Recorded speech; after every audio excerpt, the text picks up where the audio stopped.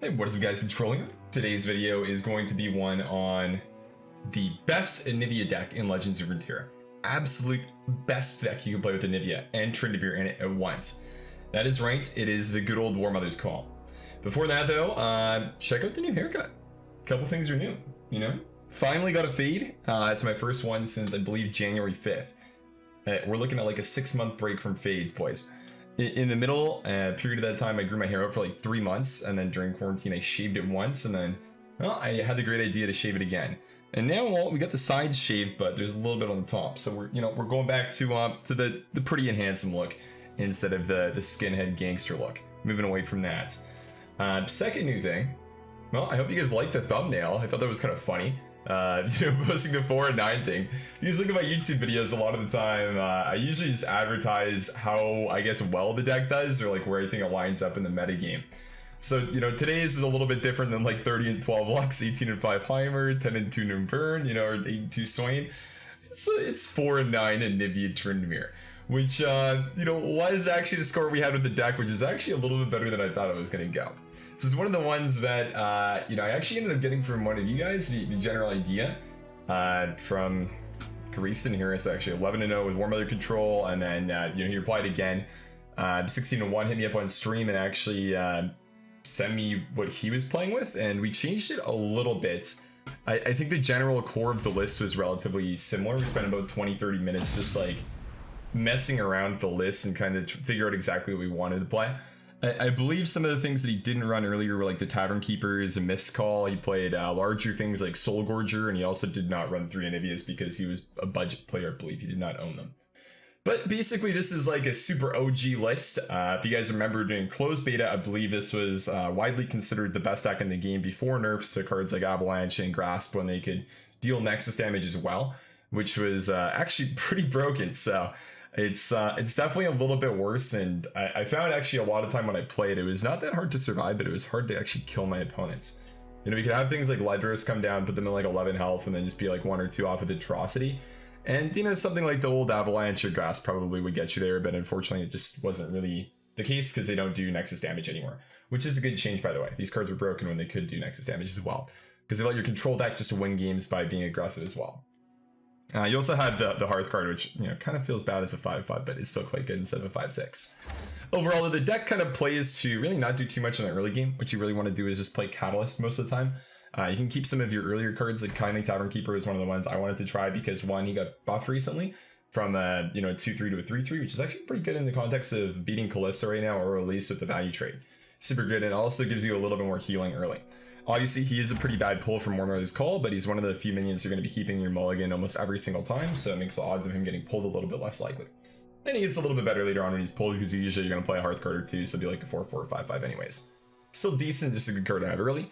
Then we get Triple Vile Feast, just like a good solid card. Pings are just nice, whether it's for like barriers or just for the final health on a lot of units. Just a good card, very solid.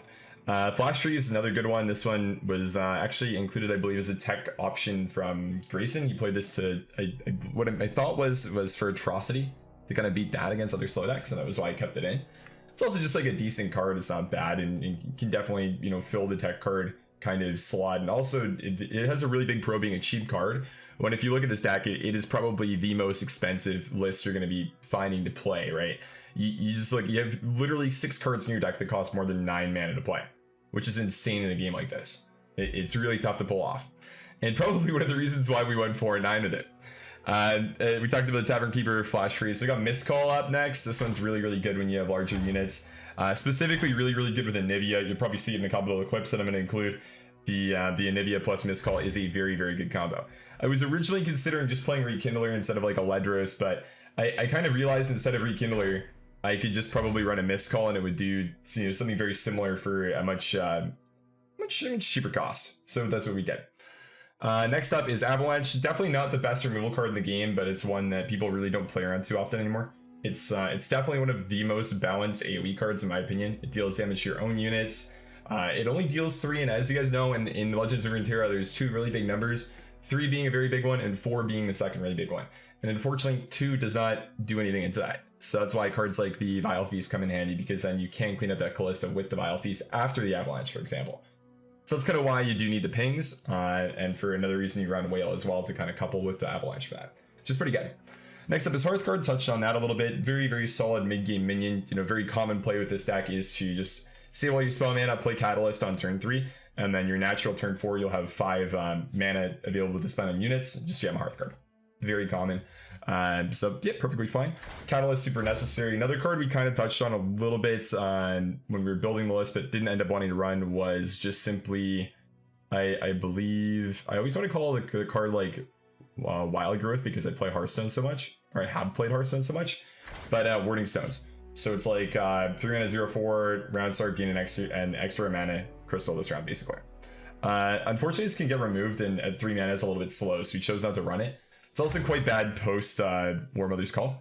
Again, this is one of the cards that got nerfed. It used to be a 2 mana card and was much, much better there. 3 mana, I find it's just a little bit too slow against the hyper aggro decks, so not really worth it in my opinion, and I think Catalyst is a little bit better. That being said, when you don't have ramp, this deck feels a lot worse. So it's kind of like a hard mulligan for Catalyst type of deck a lot of the time, where you keep like Tavern Keeper and sometimes Hearthguard depending on the matchup. Next up is Grasp, just like a very solid card. Not too much to say about it. Very good. That's about it. Just yeah, decent. It's a good role filler. It just helps you when you're floating a lot of mana and not doing too much. Just like boom, 3 damage. Hopefully kill something like a Callista. Thresh is a one of. You don't really level him up most of the time. I don't think I did actually at all in the 13 games I played. But he's just a decent unit, you know, 5 mana, 3/6 challenge. Basically, you play him for the challenger tag. It's really strong and helps you, you know, kill some of those pesky elusive units, for example. So I'm a fan of him. I think he's just a very strong unit in general. The level up's definitely an upside and one that doesn't really happen too much in this deck because we don't really run tokens, but he's really good and a card that your opponents will usually remove very quickly. Like I think he got thermoed for me like 3 or 4 times the second I played him on turn 5. Which I was pretty happy about, not gonna lie. So, you know, he's just good. Very solid card. Whale, we touched on this. It's very good coupled with Avalanche, and just a decent card in general right now against Shadow Isles. It's okay. Atrocity is a one of, to be used basically with Tryndamere and Ledros. It's decent, it's not insane. I think it's worth it as a one of, probably not as a 2 of in this deck. That's about it with that. ANIVIA, one of the core parts of this deck, obviously, is the birdie lady. Very good with the Mist Call and very good with Warmother's Call. Getting 2 or 3 of these bad birdies out is usually going to result in a dub. Unless you're playing against an 90k deck, which happened to us a couple times. I think I lost 2 games where my opponent was at 1 health today against like Ezreal twice, Ezreal Karma one of the times, and I think like Ezreal Lux the other time, something weird like that. But yeah, we got really close to winning with the Anivias and Tryndameres, and we just got like OTK'd over the top, unfortunately. Sucks, but it happens. So Birdie Girl is definitely one of the weaker champions of the game. Actually, coupled with Tryndamere, they're 2 of the worst right now, actually. You know, it's kind of funny because then you have the parallel to somebody like Sejuani, who's arguably the best, most versatile champion in the game, also in Shadow Isles. And also Ashe is decent too for Shadow Isles as well. Braum being one that's not that great either. But yeah, that's what we chose to run. I mean, they're just good champions with Warmother's Call. They're very good with Runation as well, which is a very big part of this deck, obviously, as you play ANIVIA Tryndamere / Runation, and then well, you get Tryndamere with his level up, or you get the ANIVIA with the egg, and then boom, the next round the leveled up ANIVIA comes back and you're good to go. So it's kind of like the idea behind the deck, and I mean, it obviously was one that was really, really good in closed beta and kind of just a throwback, but this deck is definitely outclassed, I would say, at this point in Legends of Runeterra. If you look, we literally have no new cards from Rising Tides. I was going through the list and trying to find any that I thought would even be, you know, a suitable match for this deck, and I really couldn't come up with any after like looking through it up and down for like 3 or 4 minutes. I could be missing something, like honestly, I really could just be lacking some critical information or making some connection in my head. But I felt like I really wasn't, and there just wasn't anything that really made too much sense. So maybe with the next expansion, there will be more cards that can kind of suit an archetype like this, which would be pretty cool, because I do think Warmother's Call is one of the most satisfying cards in the game to play. It's very similar to Runation. I think these big type of spells just feel very, very good to play. They're super cool, you know, very cool animations. And they have very satisfying effects to play, and they're just fun to use. So I'd like to see them be a little bit better in the future. Obviously, right now they're very, very slow, and you know stuff like the P and Z hyper aggro decks right now will just kill you super quickly. Same with elusives, all that kind of stuff. So you're not gonna have too much fun with that. But you know, you can have some success with this list. I had a couple wins. Well, not a couple wins. I believe the one that I didn't use today was a pretty similar one to a lot of the ways that I would beat Demacia when I was climbing with like the Swain control deck, where you basically just play for Runation and beat your Demacia opponents to overextend into that. So this is actually maybe a deck that would have done a little bit better pre-balance patch, just because you would really do well into all the people playing the Bannerman list, because Ruination really just hurts these mid-range players who a lot of the time just really are focused on only curving out. And I find that's one of the best ways that you can kind of utilize a list like this, is to really just punish those mid-range players who kind of lack the information about how to do well with this deck. It's also probably fine at lower ranks if you're just coming back to playing and you haven't played in a while. I believe Grayson said he went 16-1, he was like gold with his deck. And I think one of the reasons for that is because in Masters, I didn't have too much success because most of the people in Masters have been playing for a while, or just more familiar with, I guess, the history of cards in this game, which would kind of lead to them understanding exactly what deck lists like this look like, especially because no new cards really fit. So that's probably one of the reasons why I had less success, is because my opponents were familiar with the deck, whereas Grayson maybe had a little more success because in gold players are maybe a little bit newer and just not as familiar with stuff from closed beta like this. Whereas, I mean, for the entirety of the game, basically this has not really been a deck, right? So I mean, newer players aren't really going to know what you're running. They maybe won't expect like triple ruination or like the warmother's call, and they'll be like, wait, holy shit, this is happening, I'm going to die, that kind of stuff. So you might actually find this to be a little bit better at lower ranks and not as bad as 4 and 9. You know, again, one of the things I do is like I don't like bullshit my win rate when I advertise my decks or anything. These are all like master ladder win rates. You know, I'm usually playing between like top 4 and 200. So, you know, they're really good decks that I'm playing with here. People always ask me, what do I get masters with? Well, look at this. Anything here that I'm saying I do super well with is going to be a very good deck for masters. I mean, even stuff like this this miracle deck that I played here that a lot of people said they played and wasn't very good, I would argue is actually a lot better than something like this that a lot of people probably remember as being very good and might look at and say, well, this list seems a lot better than that miracle deck, but in practice, the miracle deck is actually a lot better. Regardless, I think it's cool to play fun decks like this. It's nice to, you know, revisit kind of old memories of decks that are fun. I mean, I actually played basically an Eternal format in Hearthstone, like a very dead Eternal format called Wild. It's actually more alive now than it was when I played. But, you know, I always have fun with a lot of old lists. I love revisiting them, kind of adding new cards to them if possible, or just revamping them for the current metagame. That was one of my favorite things to do in Hearthstone. And one of the reasons I actually just stayed playing the game for so long is because I just enjoyed that. So, you know, I had fun doing this, and I'll probably look back at some other old deck lists and try to revisit them. But I'm having fun playing some fun decks right now. I mean, the season's about to end, and we're going to get a new one in just over a week, I think. Yeah, just over a week, which will be really fun. Lateral reset, we'll go full tryhard pants and try to hit rank 1 and get masters pretty fast, all that kind of stuff. And I'll probably talk about the pre-patch release, I believe. Probably make a video on that. That'll come out sometime after this. Anyways, thanks for watching this super long intro. I went on about a little bit more things than I normally would. And yeah, we're looking at like 13 minutes already. So go over a brief mulligan at the very end here. What I would look to do for the most part is look for Catalyst of Aeons. I think this is the most crucial card. Against super aggressive decks, keeping Vile Feast, Tavern Keeper is also very good. If you're looking at slower matchups, Catalyst and Hearthguard are basically your best pair to have in your mulligan. And I would say don't feel that bad about hard mulling for Catalyst if you feel like you really do need it and it is a slow matchup, because you really do need to just ramp your mana to get to these ANIVIA, TRYNDAMEREs, and the warmother's calls. It's super crucial to do that. Yeah, there's probably your 30-second deck rundown and a very straightforward kind of explanation at the very end. Anyways, enjoy the game, guys. Thanks for watching. Appreciate it. And leave me a comment. Let me know what kind of decks you guys are playing that you'd like to see me give a spin. Because I'm more than happy to, man. I'm definitely not the most creative guy in the world. You know, I'll come up with some decks of my own occasionally, but I'm happy to, you know, kind of crowdsource, whatever the word for that is, the brain kind of part of coming up with decks, and you know, maybe take some of your ideas and edit them a little bit like I did with this list, and you know, I think maybe make them a little bit better, a little bit more competitive, and have some fun with them. Okay, have a great day. That's a super long intro. Peace out, have a good one, and I will catch you guys tomorrow. Okay, so against deep. Okay, put the headphones on. This is definitely a winnable matchup. It's not super great, but we have Runations and a lot of cards that are sticky. That's the big thing. Whereas they just don't have as much longevity, I guess, as us. They just have a very big burst in the mid game. I think I'd probably just keep the Hearth card for scaling. I want a warmother's call, but I don't think I'm going to keep one in my maul. Okay, I get one with the Catalyst. Nice. The fact that it's not warmother's call is the best atrocity deck just feels wrong. Well, They Who Endure is kind of imbalanced. That'll realistically probably be what's nerfed from those type of lists post-patch. He probably doesn't attack here, actually. I just feel weird about passing because, like, yeah, it feels good to get the free 3, but I mean, passing's actually probably better in a lot of cases there to play on the Catalyst. And if we saw, you know, a meta deck actually utilize Catalyst a lot, people would do that a lot more, I think. But the fact that, like, no real common deck does that means that it's not really a pattern that people see a lot, so it's not something they're going to be thinking about and kind of, I guess, like, predicting and playing around. Which is good for us. So I can attack, he'll block, and then I can attack again, and then have my Hearthguard accomplish something.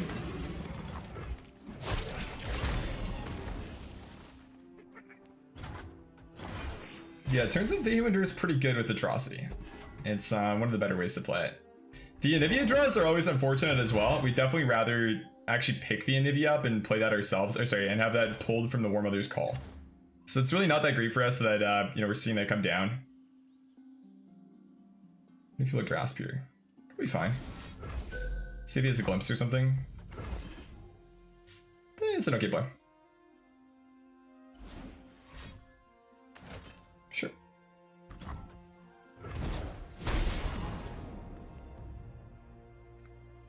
That's some tree scaling, baby. Let's go. Not really a big issue for us either. Like, we made him pass, so I'm pretty happy about that. The feast is nice as well.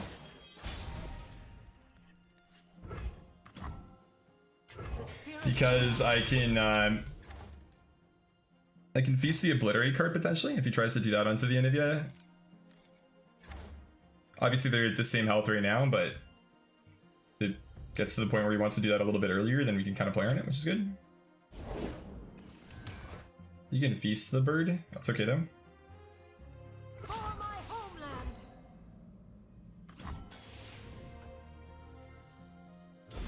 I don't think Birdie #1 dies. I feel like this is a clear bait though, but I think I'm fine just dealing with it if he wants to block. I'm gonna get a chest, so no. And I've not considered it playing it now. It could be fun, but I feel like it's just a pretty big rabbit hole. Might be the wrong way to think about it, but I feel like games like that are ones that are not very easy to pick up and ones that take a lot of practice and patience, I guess, to get good at.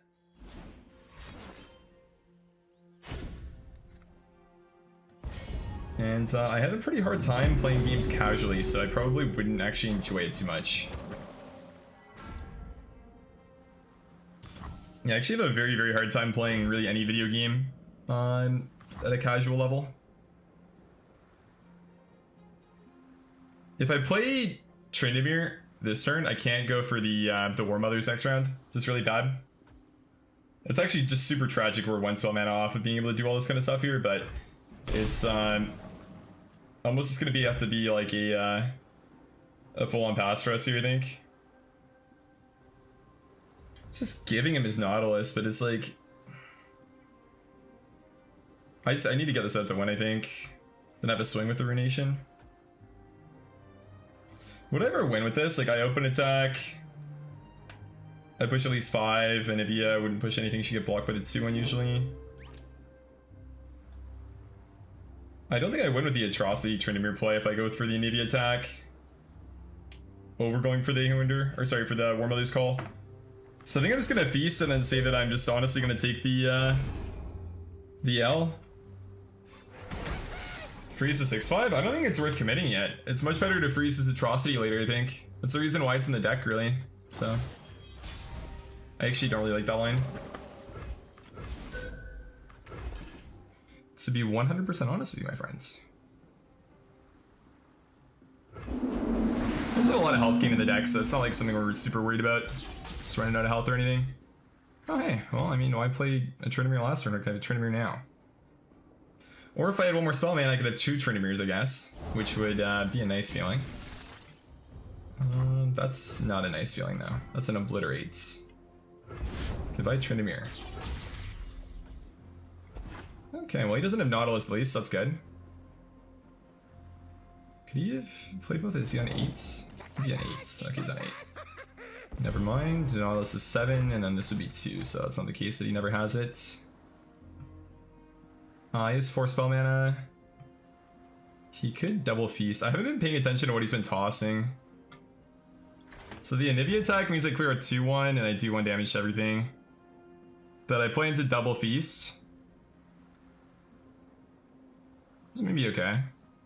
I do have to do damage to win. I also do the ANIVIA damage to a unit too if he wants to kill her, so I think I'm okay just giving him the double feast here. Just because we're enlightened next round, so it makes sense. Okay, so we get 3 free. That's good. He has 9 cards left. Jesus, he's actually digging so deep for that Nautilus, man. With the 3 draws, he should always have it though.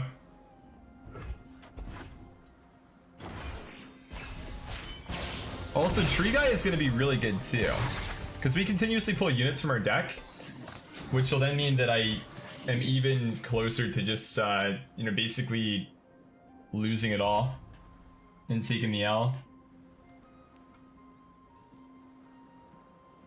So ideally we see a Nautilus here, I play Runation. That is the ideal pan out for this phase, I think. Will we get that? I don't know. That's a toughie. So we're playing the good old pass back and forth type of gameplay where you open attacks and then says, okay, well, I opened, so now you have to play a card. And then I don't play a card, and then we pass back and forth, but then I have a unit lead, so we're usually okay still.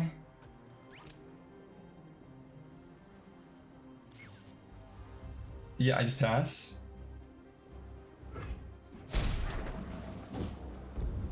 Oh no. Well, that's kind of bad. Yeah. That's kind of really bad for him. Well, I guess I would pass. There's 3 cards left in his deck. I can't make him draw, which is sort of an issue. When he plays Nautilus, he gets a bunch of the cards back though, right? From the tossing, because when you do get the leveled up Nautilus in play, you, is it Nautilus or is it Maokai maybe? Maybe it was Maokai. Some card shuffles them back in your list. When I level up copy toss allies that cost 4+ into your deck, yeah. Wait, is that when he's leveled up? No, but he's not leveled up until he's played. So yeah, it's when he's played that happens. It's not when he just naturally levels, yeah. Okay. So he won't still be a 3 card, so we should be looking at Fatigue to win. It's not really reliable or anything. Welcome, Chris, how you doing, man? Hey there, I'm new to the stream. What's the rules in sharing decks to get feedback? You can just send like a screenshot. Don't send me a code. I definitely will not look at that, but if you send me a screenshot, I will probably look at it. Playing the Nation of Rune here. Probably. So he gets the 2nd or 3rd Devour if I don't. So I think it's definitely the play. I don't know if they run any Vengeances or any Atrocities is the issue though. That's like our big problem really, because if they do, then like I sometimes have lethal with just an open attack next round, but it's kind of a sketchy sometimes here. So this is 7 + 4, 11, and then Atrocity is technically lethal, but do I want to do that? If I play Ledros, I play into his Runation if he runs that.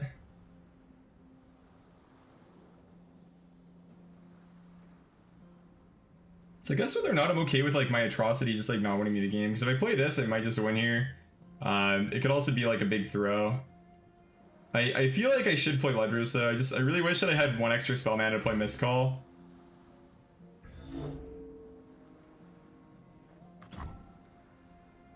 I think if he plays Runation here to answer this, he's not really winning the game. So I'm kind of fine with this line, where we go Ledros and just really try to make him go really, really low. And have like a removal spell plus a unit to block with. I believe he can go Devour of the Depths into this buffed ANIVIA though, and then we are 2 off lethal. Let's see, block the Ledros, this ANIVIA goes in, we don't have lethal yet. And I mean, that'd be good for him. It wouldn't be bad. But that's like his best play. Otherwise, he could do that exact same play and play Vengeance as well. And I mean, obviously the issue here is that I just can't Atrocity into that, so it's really not that great. But yeah, I mean, it's not like this is bad or anything. Like, we're still in a decent spot. The whole Atrocity thing is good, and it's honestly better to save it usually than it is to use it early. Especially when, I mean, you see basically both decks drawn. Or, I mean, one deck drawn. My deck has not been drawn at all, really. His list, though, is relatively exhausted, I would wager, so... He plays the Ruination, sure. That's kind of fine to get that out, which is honestly not bad for us, because again, he's not developing, right? He's taking a turn to pass and do nothing, really. Can attack with the eggs. I probably should have done the cheeky egg attack. Hearthguards, sure. So I do not have Atrocity lethal here. Just important to know, because at 13 he could... I guess there's not a lot he can do at 13. Is him doing anything to my deck really relevant ever? Not really. He can't make me draw, so would I just replay Ledros then? Or is there like anything fancy here that I'm missing if I'm not doing that? I think it should just be that straightforward. I feel like I'm not missing anything here. Like, him in play now is kind of a big deal, because it just kind of makes him, instead of having to develop, he has to like play a lot, like relatively reactively, so I think it's good.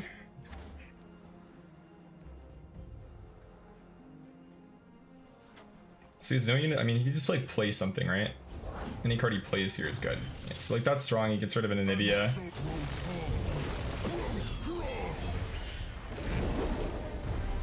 So 4 cards left.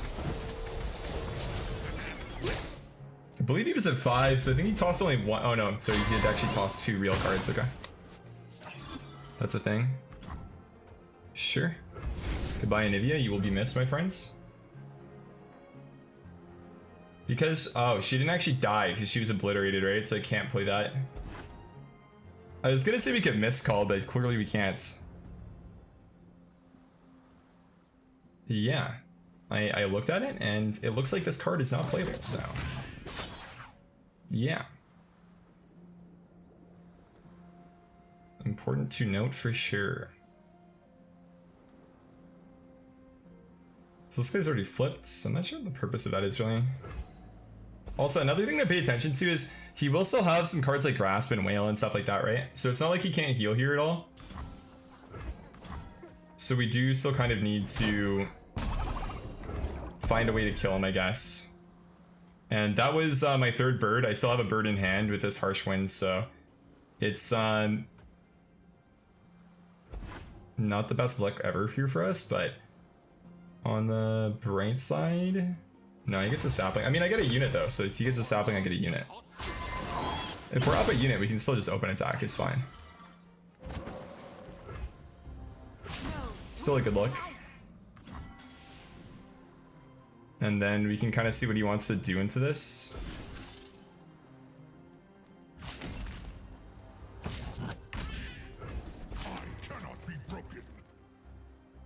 Whale Grasp. The big thing here is he has to spend mana to play cards. And because he's blocking like this and this card has 6 health, he's going to have to use more than 1 usually. Whale Grasp, and then... Nice, okay, so we just get Atrocity for the win now. So... Kind of weird that that's what it ends up being, but... Welcome to the Shadow Isles. Good game. Not gonna lie, kind of weird one. Okay, I was gonna say, there's nothing here for me, right? But yeah, good game. No Frostbite on the big fish to save ANIVIA. So my idea with saving the well, actually that wouldn't work because it's based on the health of the fish, not the attack. So Frostbite wouldn't work. The logic with the Frostbite though is that you beat Atrocity with it, and it's okay in other matchups to just, you know, make it so your stuff's not dying, or, you know, save you like 6 health or some shit. That was legitimately a pretty good win though, not gonna lie. Like, probably the best game we played outside of like the first 2 in however long. It's a Diedrich. You're dumb? Hey man, you're in the perfect spot. Because I'm also an idiot. Everybody that's watching is a genius though. It's a nice trade-off. You watch my stream, you hit me with some Twitch primes, and your IQ just goes up. Really quickly. Good game one though. What's up, Sean Reddy? How you doing, buddy? It's a one the only Sean Reddy. In the chat, guys. Insane. Swain gameplay streamer, okay. Do we like the Avalanche in this matchup? It's good into Merchant, it's good into TF. It's good into the 4 mana 3-1 that they play as well, that summons a 1-cost unit. So I could do this maybe. The only problem is I'm not really mulliganing enough for ramp, right? Like one of the big things to have to win in this list is Catalyst. And I feel like this might just be a matchup where my opponent's like not aggressive enough really for me to really be super concerned with keeping Tavern Keepers, just because I might not be dying that fast. My logic was that it's just a good card and it does block a lot of units, so in that sense it felt like it was worth it to me. And also it kind of ties back to like what we were talking about with warmother'scall, where like, you know, I think the Tavern Keeper on average, sorry, is just going to be better than something like Soul Gorger because you can just play it early, right? Like you can imagine that, you know, this is a Soul Gorger that he drew. It'd be really tough to have come down basically at any point in this game. Grifter, okay. I'm gonna play this before after combat. I guess like this trading the 3/3 is better, right? It heals me technically and clears the unit, so can heal. Oh, that's only an ally or an excess. I'm just gonna heal him. My Earthen Ring Farseer. You Hearthstone guys will get that reference. I was gonna say, thinks I'm in a value trade, man. I'm not a value trade gamer. I'm a trade gamer. I'm not getting make it rained and punished by that kind of stuff, so just give it to me. We're good. Thursday, sunny day. Say less, fam. Thursday, sunny day. You know it. Grifter's fine. So he's taking our expensive cards, which honestly I'm not really too concerned about for the most part. Just get rid of the barrel, I think, and it'll be good. Prevent enough to worry about. Should I worry about Unyielding Spirit? Typically no. I still have Ledros and Atrocity to win with into that technically, but I'm not too worried about it, I guess. I mean, what am I supposed to do with these factions into that, right? Like I don't have a Will of Ionia, I don't have a Detain or anything. Purify. Oh, is this a good enough Avalanche here? Or do I just like a Hearth card and take damage? I'm still like, I'm on 7 next turn, I'm not doing anything with mana, so the Avalanche is probably okay here. Probably fine with it, right? Like it's not that big of a deal, it does stuff. I don't actually value this Hearth card at all, right? It's just like a chump blocker here for us, so that's fine. When this deck was initially very powerful and you know, one of the best ones during closed beta, it was during a time when you would see Avaros and Hearthguard being like the best card in the game. It was like a 5 mana 5/6 and absolutely was just an insane card. Times have kind of changed though. It's still obviously a pretty good card, but not as powerful as it was one time. It really wasn't that long ago either. It feels like it was, but it actually wasn't. The start of this year. Maybe, I guess like the end of last year maybe. When was closed beta? Because I know Runeterra like came out and then the game kind of just disappeared for a while while they were like finishing it up basically. And then they came back swinging with the full release. Okay. So we do the Warmother thing that'll unite us all and that kind of stuff. Can maybe even wager like pass is better there, but we're not gonna see Leviathan because it's only turn 7, so I think that's just playing the card's kind of fine. Like yeah, if you could play Leviathan, I'd actually probably wait a lot of the time and just kind of just chill out. You know, look to get value from the Vengeance because it's really one of the best swings I can have. Is just making him waste the 8 mana. But it just doesn't really feel worth it to me. In this case. Sure. Is he doing the double make it rain play? Is he dropping bans on us? No, he's not. Okay. Oh, hello, buffed ANIVIA. How are you? Oh, is this the Rex turn? Oh no, he's doing damage, guys. What do we do? Not the Riptide Rex. Oh no. What a tragedy. I'm thinking probably gonna be a Tryndamere for me. So we can block and still get a 9/9. Yeah. I mean, ANIVIA is kind of fine too. I'm not sure which one I prefer actually. There are a lot of units that her effect does really well against maybe. Probably not. The Tryndamere you can kind of just assume is going to get stunned though, basically the second a swing comes out is a problem. So it's kind of an issue for us and maybe not the best ever, but that's okay. Play Warmothers here, he can just play the Battleship for free, which is not good. Battleship does 3 damage, I have very little health left. That's kind of not the best, to be honest. But you kind of have to like ask when is it exactly going to be better, right? Because even if we do see a Battleship, he's going to have Swains to play with. So I'm then going to have to deal with Battleships and Swain. And you know, say I deal with the first Battleship, then I'd have to like double grasp a Swain. And like, well, that's fine, it's not great. So maybe just do this to open, pass back to him, and see just like really what he wants to do. Okay, Fox Trees is fine.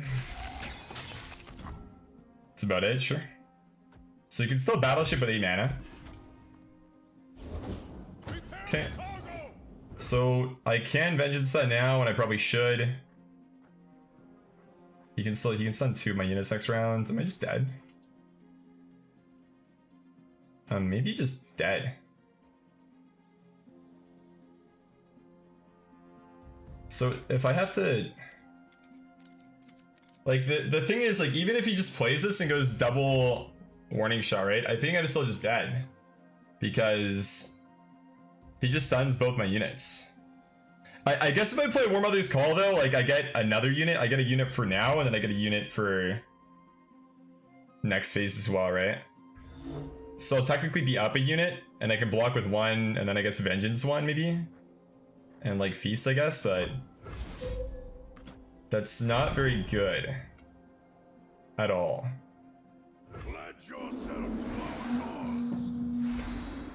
That still looks sweet though. Okay, well that's no play effect of the Ledris, unfortunately. Westbrook? Hey, Westbrook is a fantastic basketball player. Does it sound like a Runation?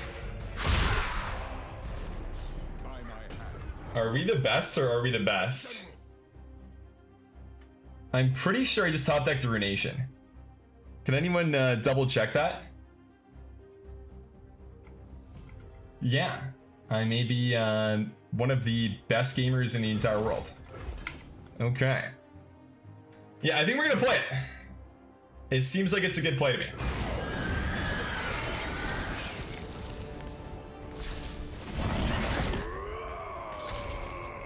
Okay.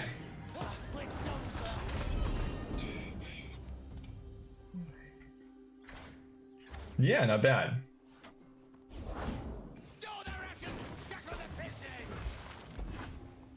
Also not bad.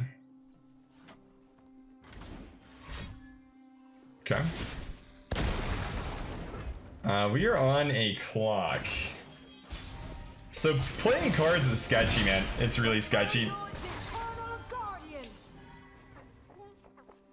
So here he can block the ANIVIA, and then she doesn't actually do anything. Do I need to play any cards here to win? He has at least 1 here, so he could play Fervor and beat me. I probably just want to attack like this and then just like save all my mana, I think. I don't feel like that's the wrong approach because I need to be able to react to what he does to heal here, I think. I feel like a lot of times when you're playing decks like this, like the correct thing to do is like nothing and just respond when you're playing control decks. And I feel like a really big kind of misunderstanding a lot of newer players have to card games is that control decks are really hard. I actually personally find them to be like some of the easiest type of decks to play, just because what you're doing is almost always going to be only responding to what your opponent does. So like your decisions are basically made in your mulligan, and then you just sit there and you just see what your opponent does and you just react to their stuff. I find it sometimes a little bit harder to just play around like what your opponent wants to do to remove your things. Oh my god. Hold up. That's illegal. Wait. That has to be against the law, right? You can't steal my orb. Like what? That's not okay. I guess I can Ledros then, like we're pretty safe with that. So we should probably just do it. I don't see a problem with it. Put him at 4. Good thing, how you doing, man? Okay, so he gets his 12 mana 4/1. I pass. A storm approaches. Double Bird Lady, okay. TF is significantly worse without the play effect. 4 mana 2/2s with quick attacks are not cards that I want to run in my deck personally. And you know, I'll take the ANIVIA pull over TF every day of the week. Oh man. Oh man, oh man, oh man.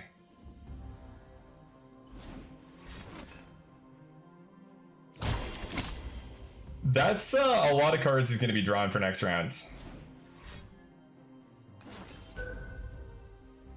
Make it rain. Okay. Sure, just say okay.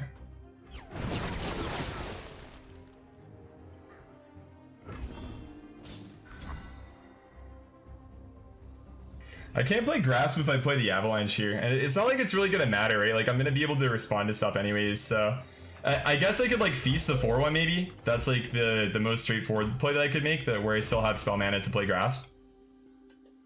But I was looking at Avalanche. I actually don't think it's right though. I think it's better to just like hold, so I can still Grasp if I need to. Okay, so we pass. That's a battleship and 6 cards. But it is our attack phase, so. Oh, but the TF gets a level. I guess you can. He gets the red card. I can heal for 6 with my hands. That's actually pretty spicy. He shouldn't have ways to heal. So I mean, we should definitely just get there, like, right? Like the double ANIVIA is still just gonna be a pop. So warning shot to start the turn off, sure. He doesn't have a Swain in place, so he's not like doing too much with that, sure. So he can steal Vengeance from me. He stuns the TRYNDAMERE. Oh no, oh no.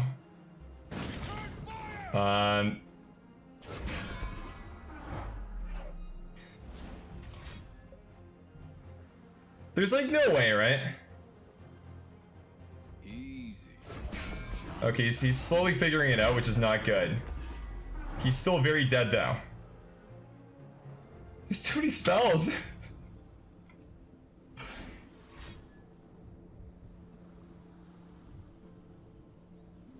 Okay. Oh, dude, that was kind of stressful at the end, man. I don't know, I was trying to like run it through my head, like what does he need to steal to do stuff there? So he'd have to like Vengeance the TRYNDAMERE, and then he wouldn't have mana to heal, right? So it's kind of a tough one. Nice 2-0 though. Nice 2-0 so far with Dehuender. Or no, sorry, warmother'scall, not Dehuender. I'm not a degenerate. And we also did learn something, so I didn't know that you couldn't have both your TRYNDAMEREs level up at the same time. You can only have one level up. Which kind of makes sense, because I mean, if they both die, then only one would level up. They don't both level up at the same time, and then it's a leveled TRYNDAMERE. So yeah, I think that makes sense at least. I wasn't sure how that worked. Can I show the deck code? Sure. So you're wondering why sometimes when you block units, they still deal damage to your Nexus? So Sejuani Ezreal, okay. This probably also is not a very good matchup just because Ezreal's an OTK kind of thing, and Sejuani is just a way to get there. Like, it's very similar to Teemo Sedge, I guess, where like in the late game phases, they are just going to get there and usually just win. So I guess if that's the case, Tavern Keeper lines up in an okay fashion with what he wants to do, but I think I just keep Catalyst and probably look for like a hard card maybe. Because on turn 3, I'm going to be playing the Catalyst every time. I won't be playing the Hearth card, so it doesn't make too much sense to me to keep it in this case.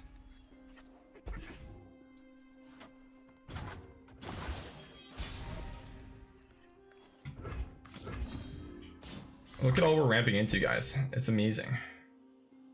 The spam? Well, I mean, it'd take a long time with the mulligan, right? The guy's probably not too happy about it, but... you know, I got a chat to answer questions too. Sometimes. Kind of feel bad, dude. I was getting flamed for, like, having really bad chat interaction a couple streams ago.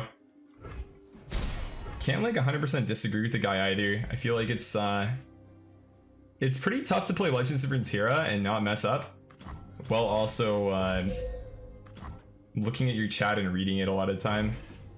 It's really bad because like my stream's small too, so like the chat doesn't like scroll that fast, so like you see your message on the screen for so long. And if I'm just like not paying attention, it's really easy to miss like an individual message. I definitely don't mean to do that or anything though. So if any of you guys have like your messages missed, I'm sorry. Makes this a pass. Okay, I mean I still can't do anything here. I'd almost rather just pass and see what he does, and then maybe like vengeance something. I guess the thing with that though is that like I'm really not gonna get a good vengeance anyways, so it might just be like bite the bullet, play the catalyst, that's it. But if I pass, he passes back, I'm happy, so I'd probably just give him the opportunity to do that if he wants it. They usually will not take this though, is the problem. It's a skill you have to learn. I've been streaming for a while, man. It's just it's a little bit harder to keep up with paying attention to multiple things in Runeterra compared to Hearthstone. Like for Hearthstone, like I got to a point where like I almost didn't even have to like look at the game or what I was doing, and I just like know what I would have to do in most cases. Whereas with Runeterra, the game is unfortunately not that straightforward. I would actually say fortunately it's not that straightforward, but it's not for everybody, I guess. It's basically just a little bit more difficult, which means that I have to spend a little bit more time thinking about what I want to do and then I guess executing. Yeah. I'm not really like a for fun player. Like I do for fun stuff like this where I tank my master rank to just like play a cool deck. That's cool, but I mean even if I'm playing a deck that's not as good, right, I'd still like to play it well, I guess. And if I'm gonna do that, then that requires thinking, unfortunately. Am I playing Avalanche here? Save 6 health. Means that he probably would not, or he probably would open, I guess. I could also Vile Feast a 3-1 maybe here, and then I wouldn't have mana for ANIVIA plus Mistcall. Saves me a lot of health though. Basically, if I do this, then it's just like telling him not to open, and I don't know if I actually prefer for him to not to open attack here. We actually might just like the open attack, say that's okay, go to 11 and try to play the game from there. I almost feel like that's a better line. If I was at 4 mana and I did that, I could have actually still done what I wanted to do here with the Vile Feast last round. That's my bad. I can technically play the ANIVIA next round and then go for ANIVIA Mistcall then. So I maybe actually just do this. It's not a very good vengeance, but it saves me a lot of health. It kind of goes against the way that I was thinking about how I was going to play this, but I was kind of hoping that he would greed it out and not open attack. So the line I was trying to play for was like an ANIVIA here into a Mistcall on the ANIVIA. So I already shit the bed with that though because I didn't feast the 3-1, but that's okay. So I'm gonna feast the 3-2 now and basically just say that I'm gonna play ANIVIA next round and then attack with the ANIVIA and clear these little shitters at least. Would be the idea. Sure. It's pretty good for him.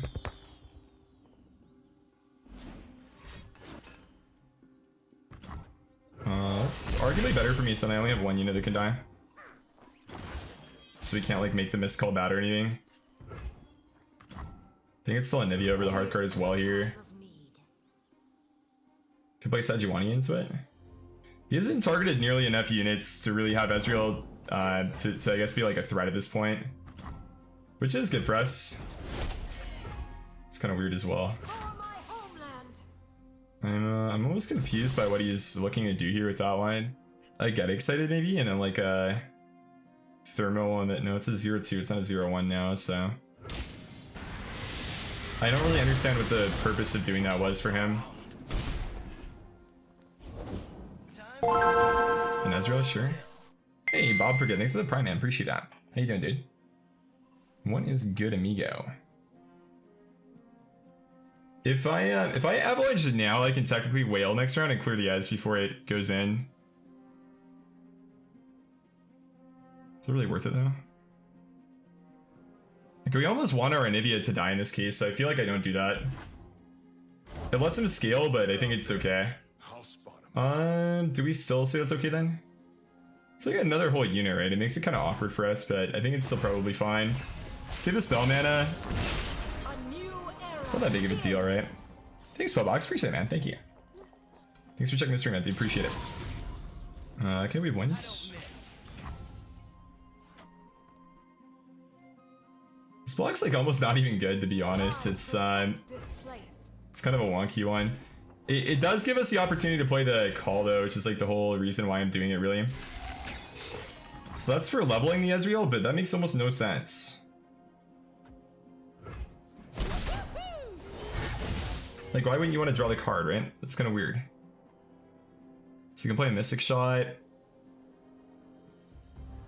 I mean, I have 13 mana, so I can still play Hearthguard here and double Miscall. No problem. Okay. We say okay? I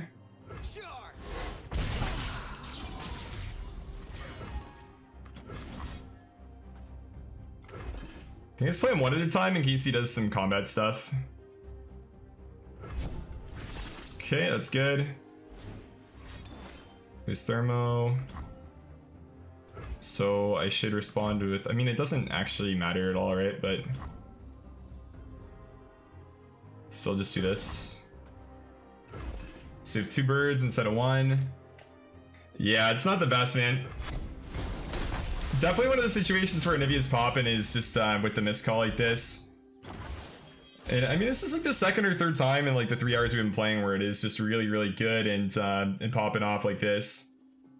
So I don't really have too many complaints about ANIVIA in general right now. If I play Thresh, it kind of can get hit with a Sejuani and that would be sort of bad. Are we really playing into too much else now? Thermos aren't going to be really that great because we have 2 of them. Thresh is like almost the perfect unit to play into this as well. I think that I still like this. He's only at 9 mana without any spells, so I think a lot of time he might have to like Harsh Winds this turn or something. He's not dying, but he'd be taking a lot. Or he could just take it. Taking it also is also a very viable option as far as what he can do here, I guess, goes. Ezreal will be leveled, but he's still dead to the ANIVIAs if he plays Winds. Am I pulling him or am I just gonna attack? The pull feels better. I don't think it matters though. Like if he just decides not to block, it's technically better. It should be fine. It's not like he really has a way to play around this either, right? Like it's gonna do 2 then 2, so that'll be a dead Ezreal even post level up. Plays Harsh Winds there for sure. That's fine. Ezreal's leveled, but he's still dead. And I mean, if anything, this is the part of the game where we start losing. Just because the Ezreal is leveled. And this is where things kind of get scary. Elixir maybe? No, gotcha, okay. So that's just for damage here. That's fine. Can't do much about that. So push her 10. What rank am I on? We started today at 400. I lost, so I started the stream 2 and 5. I won my first 2, then I lost 5 in a row. For losing 5 games in a row, I went from rank 400 master to like 1.1k. Do you know what rank you get if you're 1.1k and you win 5 games? Like 850? It's crazy, man. There's gonna have to be like a really big grind back up after this, but I figured I just kind of felt like playing fun stuff today. So we're doing the fun stuff now, and then you know, maybe we'll try to climb back up in a little bit, get a little bit sweaty before the season ends. Progress, are you sure? So it's not gonna be Ezreal stuff this round. Oh, that's an Ezreal. But I can't kill. I can play Harsh Winds on the Ezreal though, so he doesn't get the attack off, which is probably gonna be the move. I guess he literally cannot play the Mystic Shot anyways though, but I save 2 HP. Or I could play Warmother's Call, I could have another unit. I would basically have 2 other units if I play Warmother's Call, which plays around another Harsh Winds probably. It's kind of sketchy, because like, I lose to 5 burst spells instead of 6. But it also means that I beat a little bit more. I can technically whale reactively next round too, so I feel like this just has to be the play. It seems like it's just wrong not to play, because I can heal for 3, and he doesn't have mana to play the Mystic Shot. So because of that, it just feels like not doing this is incorrect. Sure. Am I actually dead here? Dude. There is no way with 1 man I'm dead here, right? Okay, I'm not dead. I'm gonna be at 6 health. 6 health is a lot more dead than 12. Like a lot more dead than 12. So this probably isn't gonna be the best look for us ever, but that's okay. I can't play the whale first, obviously, because of the whatchamacallit cards. The fast spells he might have to play to win. Like if he has 3 burst spells and just kills me here, I have to take it. I can't do anything about it regardless, so it's better to hold the whale and then play it after he's played some fast spells maybe. Otherwise we just potentially win. Oh no, dude, that is so scary. 2 bursts is always lethal. That's 1 burst. Is that... Oh, he didn't get it. Nice, let's go. Oh, that felt good, man. It's such a bad matchup too. Huge victory, boys. We had a game kind of like this against like an Ezreal Karma deck earlier today too. That being said, I mean, Freljord PNZ is a lot easier for us to beat than Ionia PNZ. So I will definitely take that dub. The pretty big grin on my face. It's a good win. Cool. And we're almost approaching the current year at the Masters rank, boys.